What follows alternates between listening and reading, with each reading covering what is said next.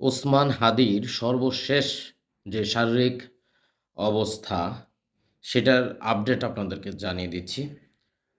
স্বাস্থ্য স্থিতিশীল হওয়ার অপেক্ষায় রয়েছে। বুঝতেই পারছেন স্থিতিশীল নাই। অপারেশনের জন্য প্রস্তুত করতে হলে প্রথমে শরীরকে সম্পূর্ণভাবে স্থিতিশীল করতে হবে এবং চিকিৎসাটা সিঙ্গাপুর অথবা ইংল্যান্ডে হতে পারে।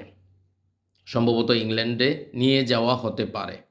বর্তমান যে কন্ডিশন, ব্রেন সক্রিয় করার জন্য অপারেশন প্রয়োজন। এই অপারেশনটাই ইংল্যান্ডে হতে পারে। বর্তমানে মূল লক্ষ্যটা হলো শরীর এবং ব্রেনের মধ্যে সংযোগ পুনঃস্থাপন করা।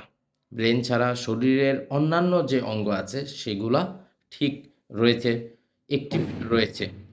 হাদি ভাইয়ের জন্য বিশেষ দোয়ার আহ্বান জানিয়েছে তার পরিবার। আল্লাহ যেন তাকে হায়াতে তৈয়বা নসিব করেন। ইনকিলাব মঞ্চ থেকে এই আপডেটটা জানিয়ে দেওয়া হয়েছে। দেখেন, আমাদের ব্রেন এবং শরীরের মূল সংযোগস্থল হচ্ছে এটা, এবং হাদির যে ঘটনাটা ঘটেছে এই সাইড দিয়ে হচ্ছে গুলিটা গিয়েছে, আরেক দিক দিয়ে বের হয়ে গেছে, কিছু অংশ ভিতরে রয়ে গেছে। এই অপারেশনটা জরুরি। সবাই দোয়া করবেন। ধন্যবাদ।